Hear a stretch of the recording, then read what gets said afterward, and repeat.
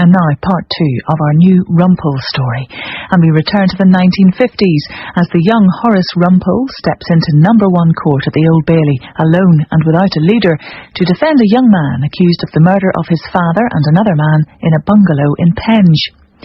Rumpole also has to deal with the challenge of 2 young ladies in his life, Daisy Sampson and Hilda Wistan. And I think Rumpole fans will guess which one will capture his heart.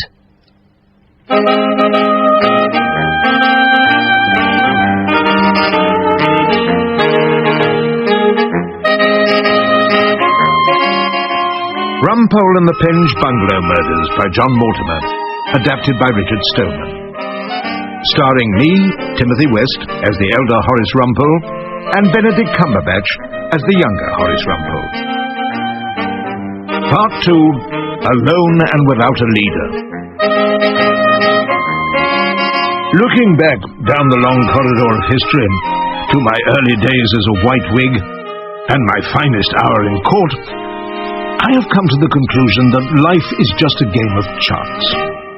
By what ill fortune was there a Luger pistol with a magazine full of bullets available in the Penge Bungalow on the night that young Simon Gerald had a quarrel with his father? If Daisy Sampson hadn't danced away from me in the inner Temple Hall, might I have so impressed Hilda that she'd recommend me to her father? And if he hadn't been called away to the Court of Appeal, would I ever have been able to cross-examine the great forensic oracle, Dr. Percival Fillimore? Dr. Fillimore, death after being shot through the heart isn't necessarily instantaneous, is it? You've written about victims who've walked several yards. That is so, yes. Might the witness be given the photograph of the room with the deceased in the armchair? You see the dead man on the left of the fireplace. Behind him is an open door that leads to a short hallway and the front door of the bungalow. I see that, thank you. Is there not a blood stain, which we are all agreed is of the same group as the deceased's blood, on the wall of the hallway? Yes. So is it not possible that he may have been shot, got up from his chair, and moved at least that distance into the hallway? Well, yes. Yes, that is possible. I had him there. He could hardly refute my suggestions, which were, I had to confess, quite brilliant. Or might it be possible that he was in the hall, opened the door to someone who shot him, so that he bled in the hallway and returned to his chair to die? I couldn't rule out that possibility either. Dr. Fillimore, you've made a study of the path of bullets in a body. So can you confirm that if the gun were held higher than the wound and shot downwards, there would be a downward trajectory? Obviously. But if the assailant and the victim were both standing at about the same height, the trajectory would be straight, as it is in this case. That is what I found, yes. Can we therefore rule out the theory that the assailant here was standing and shooting downwards at a man seated in the chair? I think we can, yes. So, when the prosecution suggested that my client stood over his father and shot him in the heart as he sat, it couldn't have happened like that, could it? No, I don't think it could. Thank you, Dr. Fillimore. My lord, your lordship asked that the witness, Mr. Wardle, might be here this morning in case we had any questions. In case your learned leader had any questions. And in my leader's absence, I am asking to put a question to Mr. Wardle. I don't suppose you can object to that, Mr. Proudfoot? Unhappily for the judge, the prosecutor couldn't. No objections, my lord. And the chubby and cherubic ex-pilot officer, now double-glazing salesman, re-entered the witness box. Mr. Wardle, you told us yesterday that you saw Simon Gerald pick up the Luger pistol and talk about killing... Yes, I promise you I'll kill the first of you that touches me. I am much obliged for your help, my lord. Now, Mr. Wardle, Simon Gerald will say that the magazine with the bullets in it was kept separate from the gun. Did you see Simon load the magazine into the pistol? Before the witness could answer, there was a small disturbance. The door swung open, and Hilda's daddy returned to court. Seeing me on my feet, he gave me a look of something like horror. No, I can't say I did. He heard Mr. Wardle admit that he hadn't seen Simon loading the pistol. So, for all you know, Simon may have been holding an unloaded gun when he made those threats. Well, I suppose so, yes.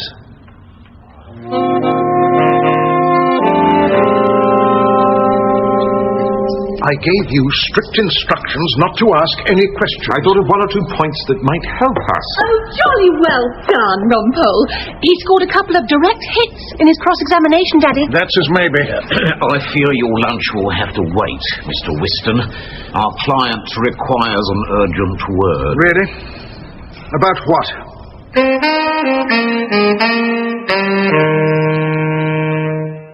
I want Mr. Rumpole to do my case. But Mr. Rumpole is doing your case. He's taking a careful note and is a very important part of your defence team. But I don't want you on my defence team. I only want Mr. Rumpole. Oh, that's quite out of the question. But you just sat there, like a pudding. A pudding? Did he say a pudding? The young man's not quite himself. I am quite myself, thanks to Mr. Rumpole. He wanted you to ask about the magazine. And what did you do? Sat there, like a pudding. Like a pudding? Again? And who got the doctor to admit I couldn't have shot Dad in the way they said when you were away on other business? Mr. Rumpole. Well, it's clear, Mr. Goff, that our client has lost faith in his appointed counsel. He must realise I can't continue to represent him if he has no confidence in me. Oh, I'm sure he doesn't want that. Yes, I do want that. I want it very much. Then I shall withdraw from the case. Rumpole, you will no doubt withdraw with me. Yeah, I want Mr. Rumpole to stay. When a leading counsel withdraws, his junior naturally does the same. Is there a law about that? It's one of the finest traditions of the great profession of the bar. The finest traditions of our great profession may not be so important as saving Simon's life. Well, if that's what you think, then all I can say is... Well, we'd better see the judge. Theobald Jessup was the judge who always ordered crumpets in his club after passing a death sentence. I understand completely, Whiston, that your position has become untenable. Well, you're entitled to withdraw, and Mr. Rumpole too, of course. Our client wants me to do the case. Really? Then, I suppose your client's wishes must be respected.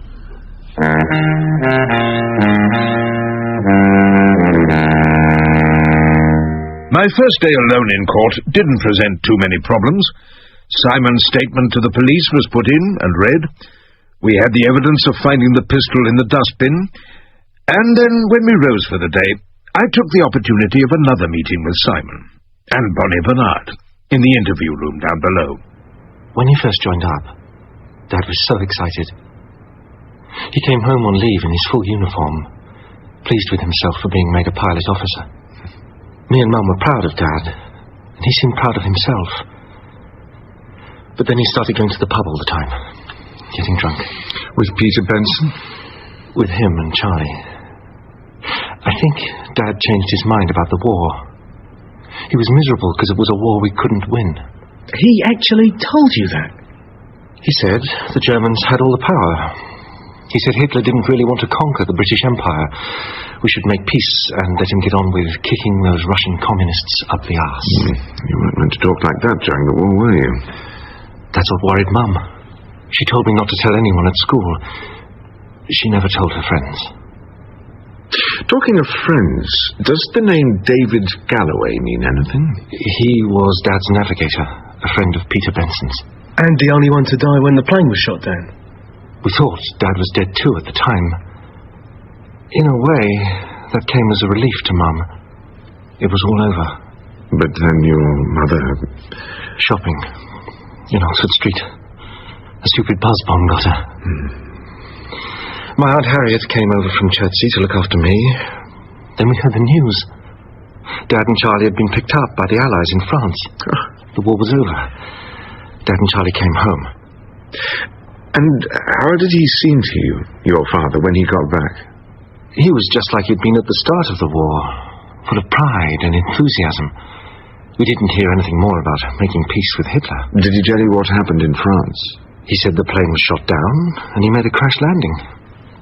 He and Charlie got out before it burst into flames. But the navigator didn't. That was a bit vague. He just said he and Charlie got captured by the Germans, went to prison, stayed there till the end of the war. Well, nearly. They managed to escape, and the American 7th Army picked them up, sent them home. So Charlie and your father were both prisoners of war. Did he tell you much about that? Nothing. Don't think he wanted to remember the bad times. He told me about the Luger he found on the dead German soldier, near the prison he escaped from, I think. one thing puzzles me. Just the one. Your father went through a time when he hated war, but then he quarrelled with you at the party, said you shouldn't have missed that war and you ought to enjoy training for the next one. Yes, he was always saying the war would have made a man of me. What did you tell him? That I hoped it would never happen again, and I wanted him to stop talking about it. Which made him angry? Very angry.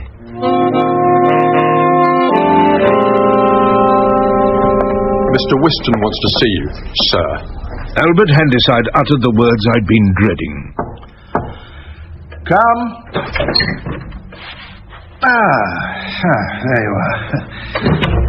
Now, can I offer you a glass of sherry? Well, thank you. It can't be pleasant to have to face the possibility of a death sentence. Most upsetting. So naturally, our client couldn't concentrate, couldn't understand our tactics. Which were what, exactly? Not to irritate the court and antagonize the jury by challenging evidence we agreed with. Yes, but when you were away and I got the evidence about the entry of the bullets and the separate magazine, our client seemed quite grateful. Your asking those questions may have given you considerable influence over our client. If so, it's up to you to use that influence to help young Simon Gerald. That's what I intend to do. You'll persuade him to see sense? You'll tell him to invite me back to take over the conduct of his defense? In spite of his, outrageous behavior. I'm prepared to forgive and forget. I looked into his eyes and was horribly aware that I could only help Simon or Whiston. And the choice was inevitable. I mean to get him off. You don't honestly believe he's innocent? What I believe is immaterial. My job is simply to put Simon's case as well as I can. You say your job. Tell the client it's your leader's job. No. I've just had a long talk with Simon. He's got some hope back at last. Are you suggesting that my presence in the case would deprive our client of hope? Well, this is not conduct I can tolerate from a member of Equity Court. I advise you to start looking for alternative accommodation.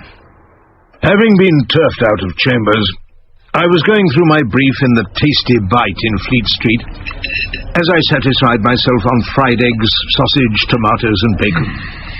I had polished off the main part of this strengthening meal when I heard a sharp cry. Rumpole? Hilda brought a cup of coffee to my table and sat down beside me. If you go on eating breakfast like that, do you know what you're going to be in the future? Successful defender of those in trouble with the law? You're going to be fat. I'm going to fight for Simon's life. I need a certain amount of nourishment to do it properly. Whether I become fat in the process is of no concern to me. But it may be of some concern to your wife. I don't have a wife. She gave me the sort of patient smile that said, "You have very little idea of what's going on at the moment, and I really can't be bothered to explain, but you'll probably see sense in the end." I've been talking to Daddy. Daddy chucked me out of chambers. It's because of Daddy I've had to prepare my day's work in the Tasty Bite Eatery. Yes, well, I managed to have a word and told him you were doing a difficult case. Didn't you know that already? Do stop talking. I got him to agree you could go on using a small room in chambers while you're doing R.V. Gerald. Did Daddy take a lot of persuading? He was against it at first, but I managed to wear him down. Oh, did you? Did you really? It wasn't long since I'd purchased 3 rubber Johnnies in the hope they'd be of some use after dinner with Daisy Sampson. Sadly, they'd remained in their packets in my wallet that night. Now, I had my wallet open on the table beside me, preparatory to drawing out a 10-bob note towards the Tasty Bites terms for breakfast. As I picked it up, the rubber Johnnies slipped from their moorings and were exposed to the view of the future she who must be obeyed. Oh, Rumpole, not before it's legal. What? We can't think of that sort of thing just yet.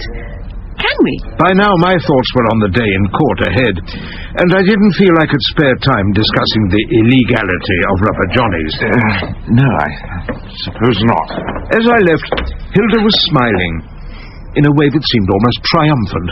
She had, after all, secured a room for me, at least for the duration of the trial, and so I smiled back.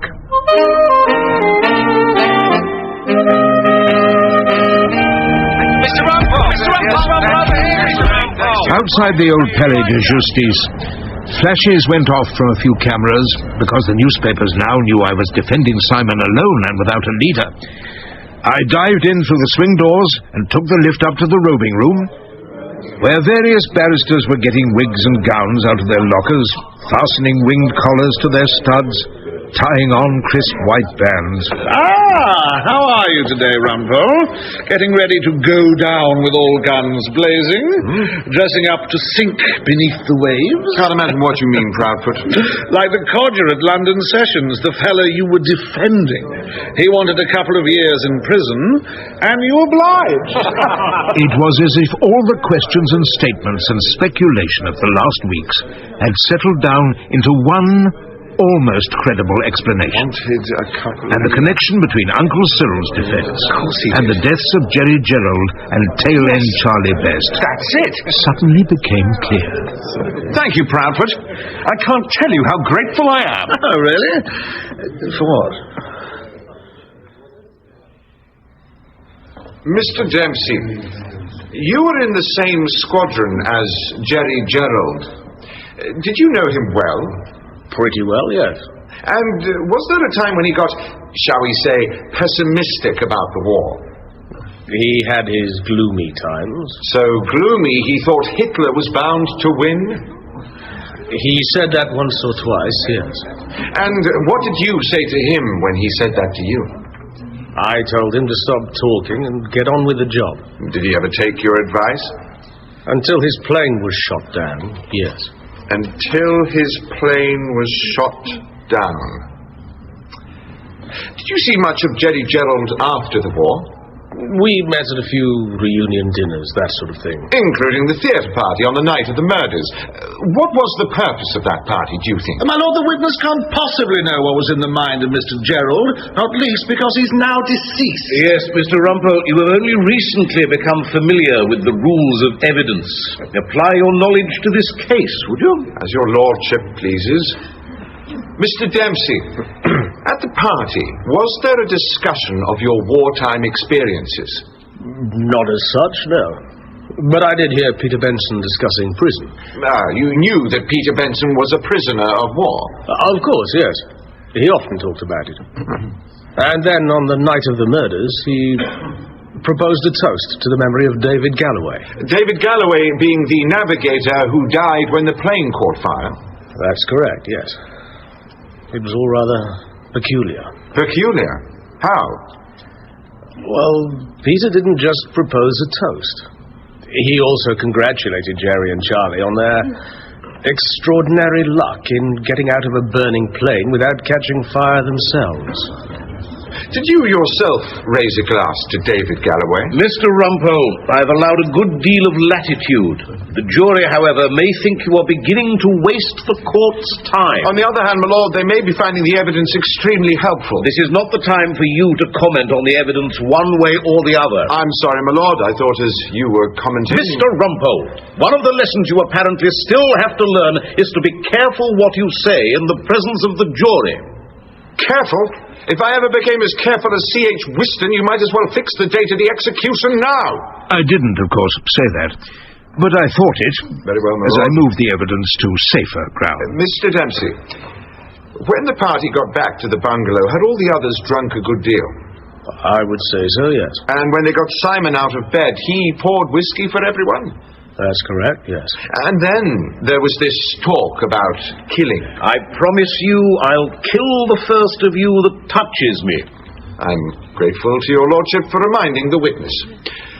Mr. Dempsey, did you see young Simon fit the magazine into the gun? Or was he threatening his father with an empty weapon? Well, I suppose it might have been empty, yes. Up to this moment, I was enjoying the cross-examination, but I was about to move into a dangerous area and ask questions when I didn't know the answers. The gun was taken from Simon by Peter Benson? I saw that, yes. And did Mr. Benson have any difficulty taking it away from him? Not as far as I could see. And if there had been a struggle for the gun, would you have seen it? I'm sure that I would have, yes. And after the gun had been removed from Simon, what happened to it? I really couldn't say. Did it continue to be a happy party? Not really, no. Jerry Gerald was drinking quite a lot. Ever since Peter Benson proposed a toast to the navigator? To David Galloway, yes. I ordered a taxi. By the time it arrived, only Peter, Jerry, and Charlie were left. The atmosphere was most unpleasant. I went to the bathroom, and then I heard Peter Benson say something more about David Galloway. Something about surrender. About execution. Execution? I think so, yes. Then Charlie told me my taxi was there. And you never saw Jerry or Charlie again? Never. No. I suppressed a whoop of joy. I even tried not to smile. And when Bonnie Bernard and I went down to the cells, we found Simon, too, in the best of spirits. You got that Martin Dempsey, Mr. Rumpole. You really got him. Thank you, Simon, but we should concentrate on the next prosecution witness rather than the last one. Tell us something about Peter Benson. Well, I always liked him. It was Benson who took the gun away from you? Yes, Mr. Bernard. And he did the right thing. I was being stupid. He was one of your father's best friends? He was, until they began to, well, not quarrel exactly. Disagree. When was that? About a year ago. Peter was talking a lot about David Galloway. Peter said Galloway's family had never been satisfied with the missing believed dead story. One of them went to France recently, near the place where the plane came down, and he heard something. Some old rumour from members of the resistance about an English flying officer who'd been found dead, shot near an abandoned plane. Shot, you say? Dad told Peter it couldn't have been David Galloway because he died when the plane caught fire. And did that finish the argument? At the time. But they stopped seeing each other. No longer friends. I think Dad regretted that. And that's why he organised the party. He was very pleased when Peter accepted the invitation. Can you remember what Peter was wearing that night? An overcoat, I think. What sort of overcoat? Long? Dark? I remember he kept it on indoors, said the bungalow was cold. Except it wasn't. And with that odd little morsel on which to chew, Bonnie Bernard and I climbed from the cells to the entrance hall. Any more jobs for me, Mr. Rumpole? Nothing else to make inquiries about? I don't think so, Bonnie. We're about as ready as we're ever likely to be. Right you are. See you tomorrow, then. Oh, well done, Horace. You were going great guns this afternoon. Were you there, Daisy? In the back of the court. I had an hour to kill, so I squeezed in. To see your friend Reggie Proudfoot? No, to see you, Horace. You're on your feet all the time. Well, I am alone and without a leader. So I bet you've got some devastating stuff to throw at Reggie's star witness. Who's that? Peter Benson. You want to know what I've got to throw at him? Only if you want to tell me, Horace. Or does Reggie Proudfoot want me to tell you? To be absolutely honest, I've hardly discussed your case with Reggie. Despite my inexperience, I had been at the bar long enough to know that the words, "to be absolutely honest," are usually followed by a thumping lie. Tell Reggie he'll just have to wait and see. I left the Old Bailey alone and went down to Pomeroy's, where I bought myself a solitary Chateau Thames embankment. As I drank it, I thought again of the moment in the roping room when Reggie Proudfoot had mocked my defence in the Timpson case. What was the connection between Jerry Gerald and Uncle Cyril? Did Jerry have anything in common with a petty thief from South London who preferred to plead guilty to a crime he didn't commit? Did they both think, albeit in different circumstances, that prison was sometimes the safest place to be? This thought had survived the evidence of Martin Dempsey. Whether it would survive the evidence of Peter Benson, I was about to discover. Ex-pilot officer Peter Benson answered the prosecution's questions quietly but clearly. No doubt conscious of it being Friday afternoon, and knowing the lure of his lordship's pigs in Berkshire, Reggie Proudfoot took Benson quickly through his evidence, so sooner than I had expected. I was on my feet. Mr. Benson, did you like Jerry Gerald? We knew each other for quite a long time. Do you remember when he turned against the war? I'm not sure what you mean. I mean, when he said Hitler was bound to win. You do remember that? I remember him saying something like that. And did he say that we ought to make peace with Hitler and leave him to fight the Russians? I think he probably did. And was that about the time his plane is said to have crashed somewhere over France? Round about then. So, I ask you again, did you like Jerry Gerald? I didn't like what he said. I didn't agree with it. Mr. Rumpole, I've allowed a good deal of latitude. My Lord, counsel for the prosecution told the jury that Jerry Gerald was a war hero. I'm entitled to put it to the witness that he was perhaps not such a hero as all that. Whatever degree of heroism he attained, he didn't deserve to be shot. That's a question I intend to discuss with the witness in due course. Oh, very well. But you may learn in the fullness of time that the most effective cross-examinations are those that are kept brief. We'd finish more quickly, my lord, if you let me get on with it. I didn't, of course, say that. I merely turned to another subject. Mr. Benson, you knew David Galloway, the navigator. He was my closest friend. Until he died in the burning plane. Yes, until he was killed. Until he was killed? To keep his memory alive, you proposed a toast in the bar of the Café Royal after visiting the Palladium? I did. Did you congratulate Jerry Gerald and Charlie Best on their extraordinary good luck in escaping from a burning aeroplane without getting burned? I may have said something along those lines. You never believed the story of the plane crash, did you? I don't know what you mean. I, too, would welcome some clarification. Certainly, my lord. This was the situation. Jerry Gerald thought we would lose the war and persuaded Charlie Best to share his opinions. I remembered Cyril Timpson again. Uncle Cyril sought protection from a criminal rival by pleading guilty to a burglary that never happened. So they decided that prison was the only safe place for them. Do you mean an English prison? No, my lord, a German prison. Or perhaps, Mr. Benson, they intended to bring down their plane and hand it over to the enemy. Was that their plan? How was I to know what they planned? We were told their plane was lost and they were all missing. That was all we heard. Until after the war? Yes, until Jerry came back to England. And what did he tell you? That David Galloway had been caught in the burning plane. Did you believe him? That was what he told us. But weren't you suspicious? Galloway's family had heard something about an officer found shot dead near an abandoned plane. You didn't believe Jerry's story, and you argued with him, yes? There were things about his story that puzzled me, perhaps. Did it occur to you that David Galloway might have been killed because he wouldn't agree to the surrender? What surrender? The surrender to the Germans of Jerry and Charlie. You had your suspicions and you kept close to Jerry because you wanted to find out the truth. I thought there were questions still to be answered. Questions still to be answered. Members of the jury. So, now we have reached the events in the bungalow after the theatre. I'm sure we're all extremely grateful for that. You kept your overcoat on, Mr. Benson, until you left the bungalow, and you were the last to leave. I feel the cold. I haven't been well lately. Anyway, I thought I wouldn't stay all that long. But things got dramatic, so you did stay. What did you think of young Simon being baited for not taking part in the war, for funking his national service?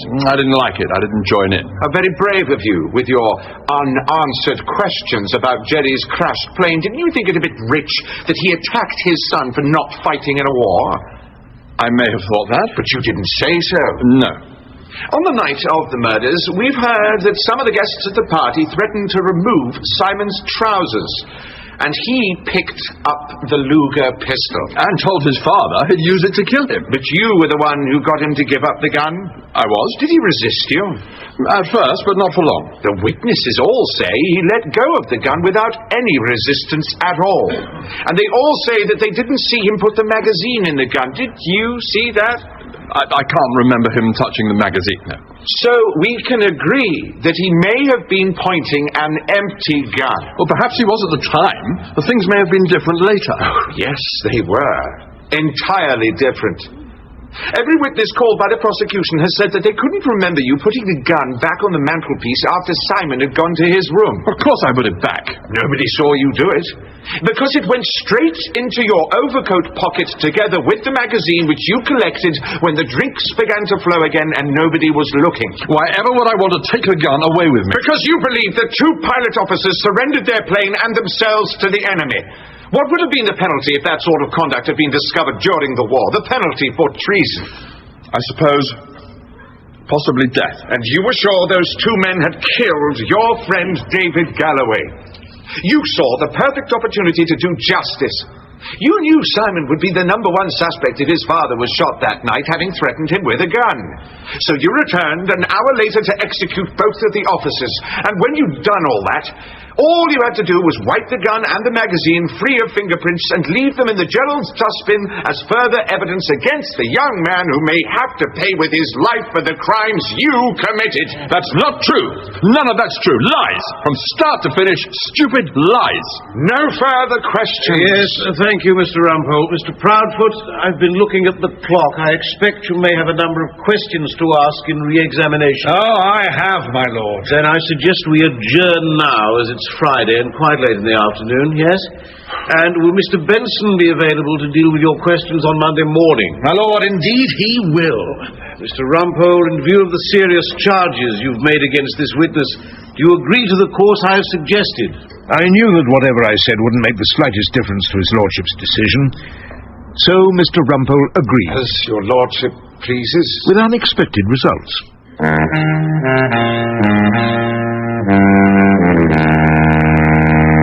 After the longest weekend of my life, I found myself walking up to the bar mess on the top floor of the Old Bailey. Sit down, Rumpole. Coffee? Thank you, Proudfoot. You know, your cross-examination of Peter Benson was so effective that the witness in question has gone absent without leave. Oh, I'm sure you'll find him. Well, I'm not so sure. The police have been round to his flat, locked up and empty. We went back to court #1, and further facts emerged, one of them being that Peter Benson had removed a large amount of cash from his bank on the day he gave evidence, as though he was already considering the possibility of flight before he entered the witness box. Could we have another adjournment pending further inquiries, my lord? It is intolerable for my client to be kept waiting for his fate to be decided because a prosecution witness can no longer face the court. Rather to my surprise, the judge agreed with me. Very well, Mr. Rumpole. So I called the accused, who professed his innocence. Reggie Proudfoot made the most of the fact that Simon didn't call the police or a doctor when he found his father dead in his chair. If our case was no better after Simon left the witness box, at least it was no worse. Members of the jury, I don't have to prove my case against Peter Benson. He has chosen to run away from this court, and that fact may persuade you that he has something to hide. The question you have to ask yourselves is that, given all this evidence, including the fact that he was the last person to be seen with the gun, is it possible that Mr. Benson committed the Penge Bungalow murders? If you come to the conclusion that he is, perhaps, the murderer, then you can't be sure of Simon Gerald's guilt, and it will be your duty to return a verdict of not guilty. I sat down and felt, as I have since, in so many cases, an extraordinary sense of relief. I had done all I could for Simon, and my job was over. Now it was for the jury to decide. Have I got a chance, Mr. Rumpole? The judge's summing up was very fair. You do have a chance.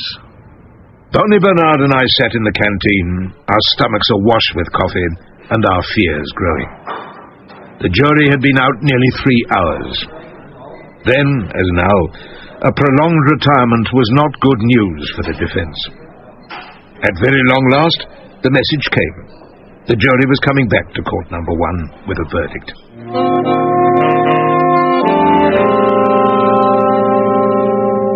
Simon was brought up from the cells and sat between the dock officers, staring at his hands as though afraid to look up. Hilda smiled down at me from the public gallery and raised her thumbs as a sign of encouragement. And then an extraordinary thing happened. Hilda's daddy, wigged and gowned as though he'd been fighting the case, slid into the seat in front of me, just as the jury came clattering back into their places. The clerk of the court rose to ask the final questions. Would the foreman please stand? Have you reached a verdict on which you are all agreed? We have. And do you find Simon Gerald guilty or not guilty of willful murder? Not guilty. I don't believe it. I couldn't believe it. Neither could Simon, who was looking round the court in amazement. The press benches emptied as the reporters ran out to queue for the telephones. And then, to my further amazement, C.H. Whiston rose and addressed the judge. May my client be released, my lord? He spoke with great authority, as though he had pulled off a remarkable triumph. Certainly, Mr. Whiston. The judge had spoken, and my part in the Penge Bungalow trial was over. Excuse me, sir. This way, Mr. Rumpole, how can I ever thank you? No need, absolutely no need at all. Well done, Rumpole, well done indeed. Are you walking back to Chambers?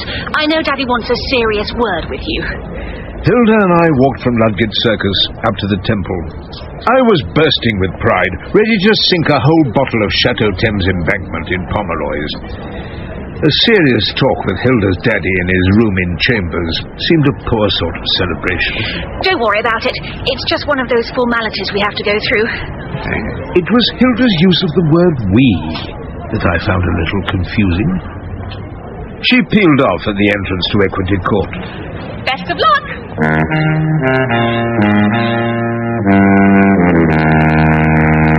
That was a good win, Mr. Rumpole. A truly remarkable win.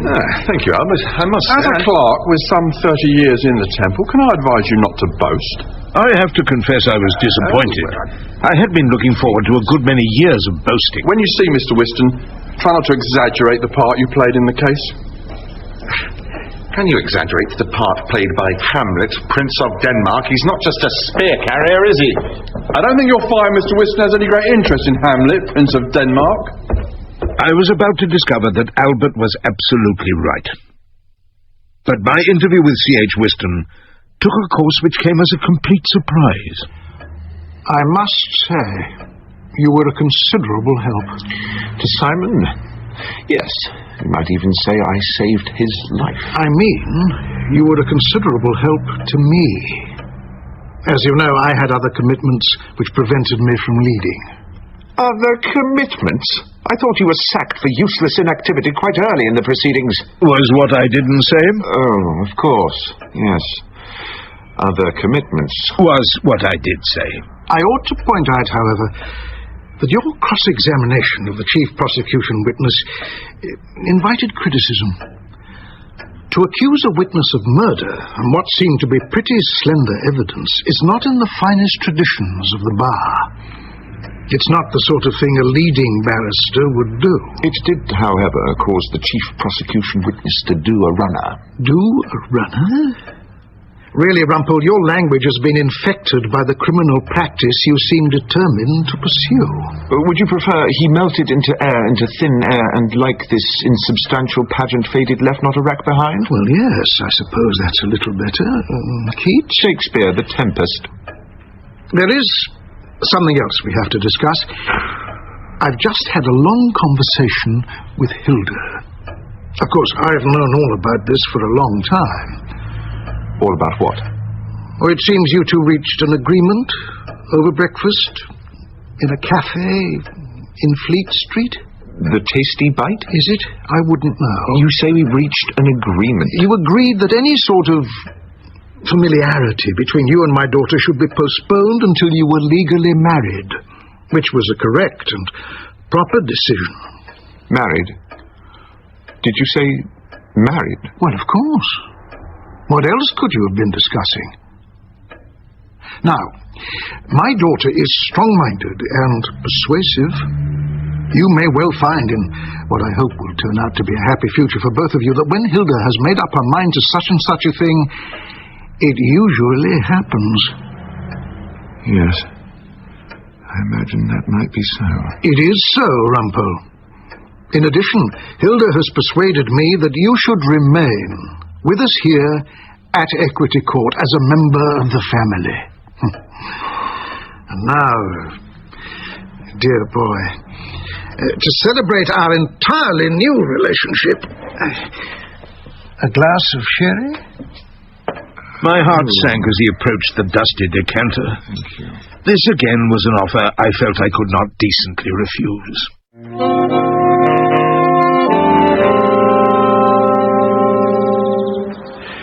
Your father seemed to be discussing marriage. My marriage to you. Of course, to me. I shouldn't think Daisy Sanson's particularly keen. No, I suppose she is. Then you did well to propose.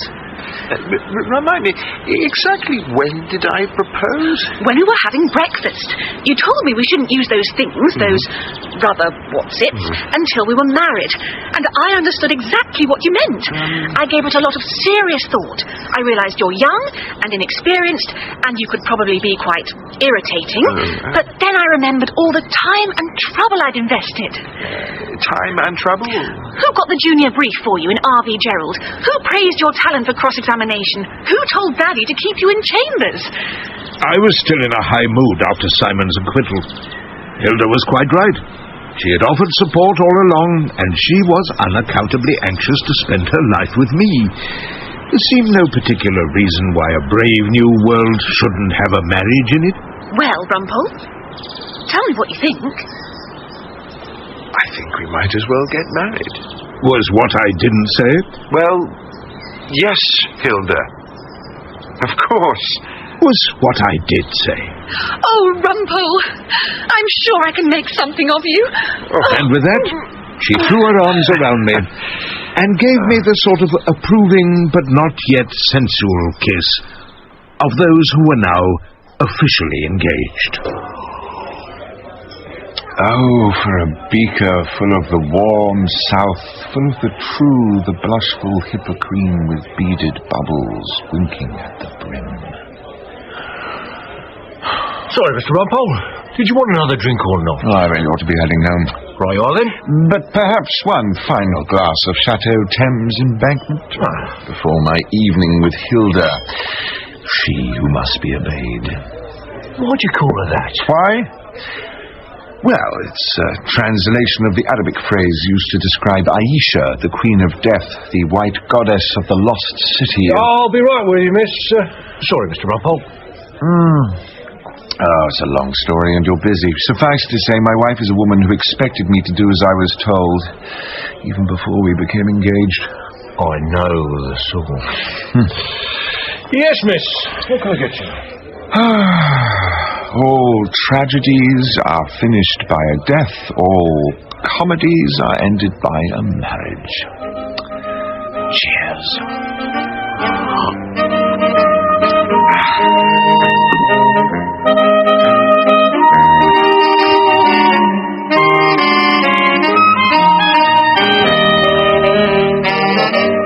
In Part 2 of Rumpole and the Penge Bungalow Murders by John Mortimer, the elder Horace Rumpole was played by me, Timothy West, and the younger Horace Rumpole was Benedict Cumberbatch. Dr. Fillimore was played by Carl Johnson, Lord Jessup, David Shaw Parker, C.H. Whiston, Geoffrey Whitehead, and Hilda Whiston was Jasmine Hyde.